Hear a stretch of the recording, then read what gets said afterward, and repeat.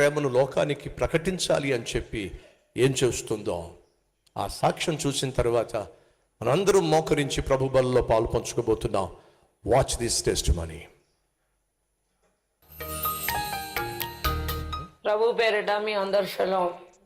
నా పేరు నిర్మలాదేవి.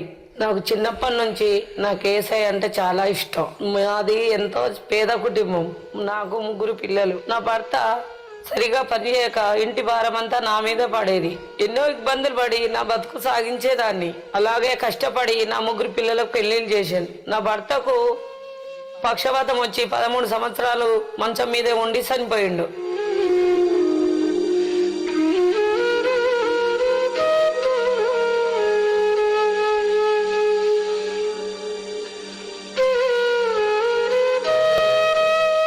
అప్పటి నుండి నా బతుకులో కష్టాలు అది ఎక్కువ అయిపోయింది. నేను పడ్డ కష్టాలు ఈ లోకంలో ఎవరు పడకూడదు. ఈ ఒంటరితనాన్ని భరించలేక ఎన్నో సార్లు చనిపోవాలనుకున్నాను, కానీ ధైర్యం సరిపోలేదు నాకు. అటువంటి సమయంలో నాకు తెలిసిన ఒక సహోదరి నేను పడుతున్న కష్టాన్ని చూసి నా దగ్గరికి వచ్చి, నువ్వు కల్వర్ టెంపుల్కి వస్తే నీకు మంచి జరుగుతుందని చెప్పి ఒక ఆదివారము తనతో పాటు నన్ను మందిరానికి తీసుకొచ్చింది. ఆ రోజు దేవుని వాక్యం విన్నాక నా గుండెల్లో ఎంతో నెమ్మది కలిగింది. సహోదరి, సహోదరుడు, నువ్వు కలుగున్న బాధను బట్టి, నువ్వు కలుగున్న వేదనను బట్టి, నువ్వు కలుగున్న వ్యాధిని బట్టి నువ్వు దేవునికి ప్రార్థన చేస్తే నీకు ఒక శుభవార్త ఏమిటంటే నీ ప్రార్థన దేవుని సన్నిధికి చేరుతుంది. ఎందుకయ్యా అంటే నువ్వు ఎవరికి ప్రార్థన చేస్తున్నావో ఆ దేవుడు సజీవుడు. ఆయన నేడు ఉన్నవాడు, నిన్ను గమనిస్తున్నవాడు, నిన్ను చూస్తున్నవాడు, నీ ప్రార్థన వింటున్నవాడు అనే విషయం మాత్రం మర్చిపోవద్దు. నేను పడుతున్న కష్టాల్లో బాధల్లో నాకు తోడుగా ఉండి నన్ను బలపరచమని ఆ రోజు దేవునికి ప్రార్థించాను.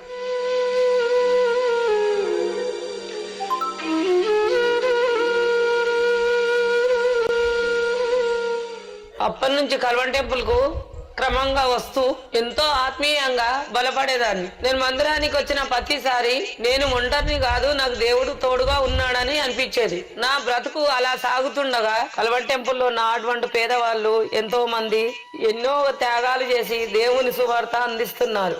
ఎలాగైనా నేను కూడా దేవుని సువార్త అందియాలని ఆశపడ్డాను. కానీ పూట గడవడమే చాలా కష్టంగా ఉండేది. నాకు ప్రతి నెల గవర్నమెంట్ ఇచ్చే పింఛన్ మీద బతికేదాన్ని. ఎలాగైనా నేను దేవుని సువార్తను బలపరచాలని ఆ పింఛన్ డబ్బులతో ఇంటి ముందే కాయగూర దుకాణం పెట్టుకున్నాను. వాటి మీద వచ్చే డబ్బులు నాకు బతకడానికే సరిపోయేది.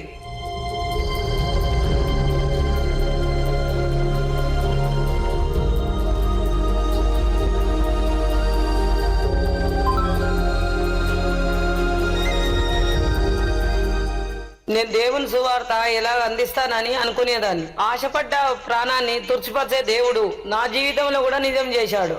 దేవుని సువార్తను అందించాలని ఎంతో భారంతో అన్నంలో పచ్చడి వేసుకొని తిని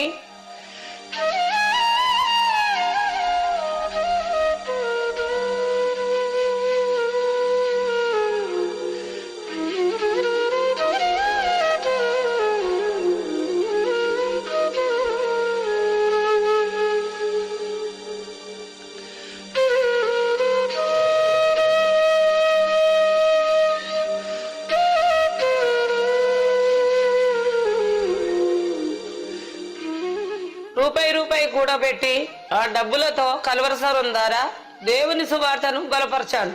ఆ కష్టాన్ని నా త్యాగాన్ని చూసిన దేవుడు నన్ను ఎన్నో రకాలుగా ఆదుకున్నాడు. మెల్లమెల్లగా నాకున్న ఆర్థిక ఇబ్బందులన్నీ దేవుడు పూర్తిగా తొలగించాడు. నా కడుపులో పేగులకు ఇన్ఫెక్షన్ వచ్చినప్పుడు నా యేసయ్య నన్ను స్వస్థపరిచాడు. ఇంత గొప్ప దేవుణ్ణి అందరికీ పరిచయం చేయాలని ప్రతి 3 నెలలకు ఒకసారి దేవుని సువార్తను బలపరచాలని తీర్మానం తీసుకున్నాను. నేను అన్నం తినకుండా బతుకుతాను, నీళ్ళు తాగకుండా బతుకుతాను, టాబ్లెట్ వేసుకోకుండా బతుకుతాను, కానీ సతీశయ్య గారు చెప్పే వాక్యము వినకుండా నేను బతకలేను. ఒకప్పుడు మాకు ఇల్లు